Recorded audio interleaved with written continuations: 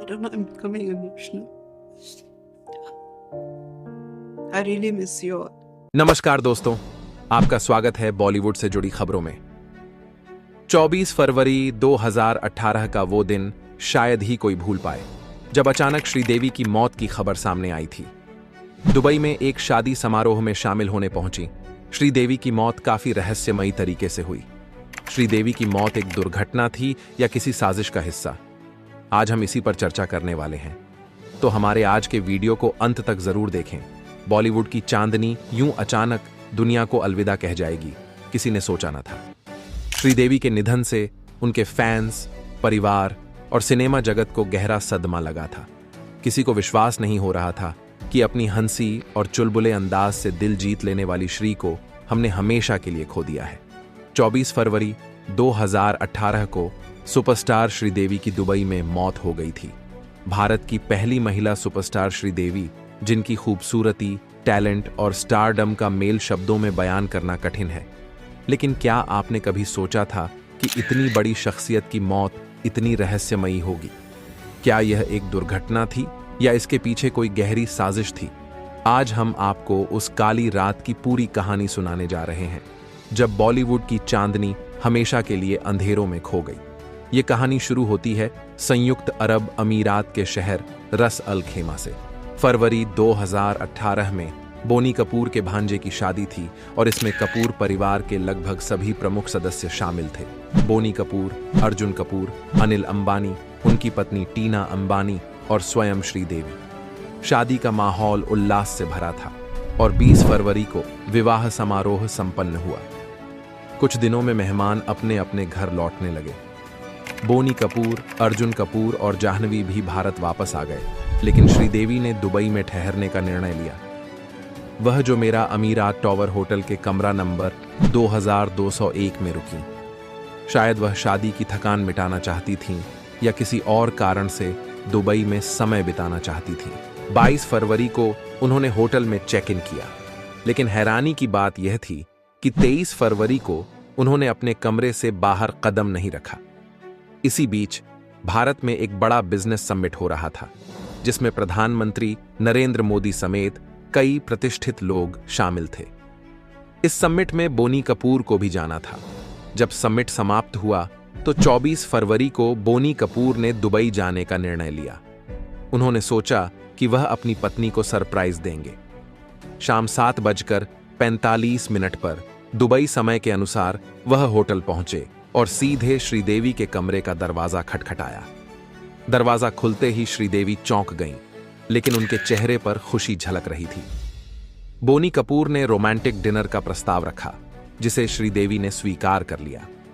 वह तैयार होने के लिए बेडरूम में गईं और फिर अटैच बाथरूम में नहाने चली गईं। इस दौरान बोनी कपूर ड्राइंग रूम में बैठकर भारत और दक्षिण अफ्रीका के बीच चल रहे T20 मैच का आनंद लेने लगे। समय बीतता गया। करीब 15 मिनट हो चुके थे, लेकिन श्रीदेवी बाहर नहीं आई। बोनी कपूर को थोड़ा अजीब लगा। उन्होंने 2-3 बार आवाज लगाई, लेकिन कोई जवाब नहीं मिला। पहले तो उन्होंने इसे नजरअंदाज किया, लेकिन जब रात के 9 बज गए तो उन्हें चिंता होने लगी। उन्होंने इंटरकॉम पर कॉल किया, लेकिन कोई जवाब नहीं आया। घबराहट बढ़ने लगी। वह बाथरूम के दरवाजे तक पहुंचे और फिर से आवाज लगाई, लेकिन कोई उत्तर नहीं आया। आखिरकार उन्होंने दरवाजे को जोर से धक्का देकर खोला और जो उन्होंने देखा वह उनकी जिंदगी का सबसे बड़ा झटका था। श्रीदेवी का शरीर बाथटब में डूबा हुआ था।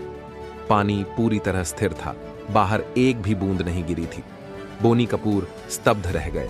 उन्होंने तुरंत अपने करीबी दोस्त को फोन किया, जो जल्द ही होटल पहुंच गया।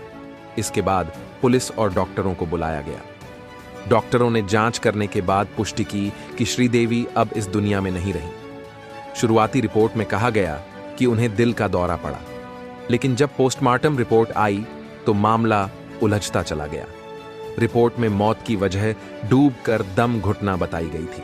साथ ही यह भी खुलासा हुआ कि उनके शरीर में अल्कोहल की मात्रा अधिक थी। अब सवाल उठता है, क्या यह एक दुर्घटना थी या किसी गहरी साजिश का हिस्सा? आखिर बाथटब में डूबकर दम घुटना संभव कैसे हुआ? और यदि उन्होंने शराब पी भी थी तो क्या वह उनकी मर्जी थी या किसी ने जबरदस्ती पिलाई थी?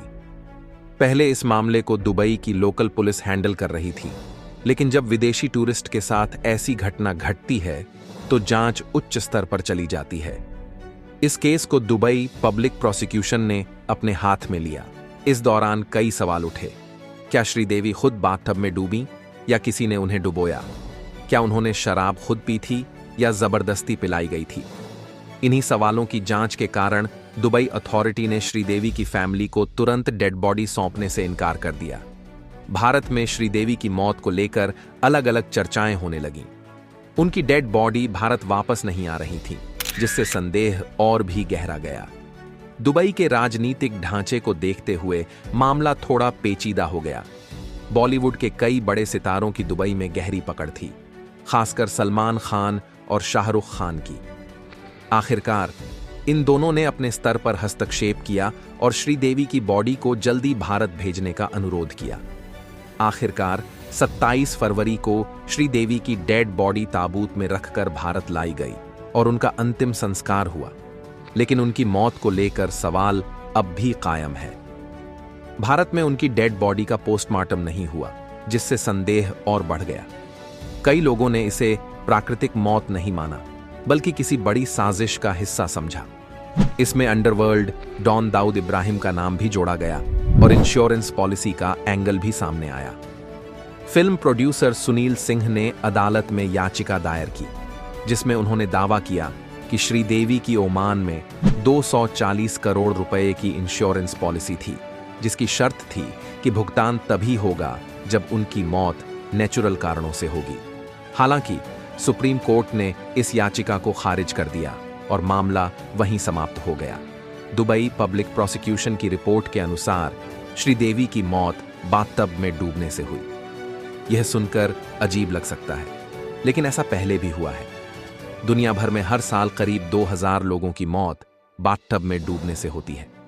खासतौर पर भारत में, विशेष रूप से केरल में इस तरह की घटनाएं ज्यादा देखी जाती हैं।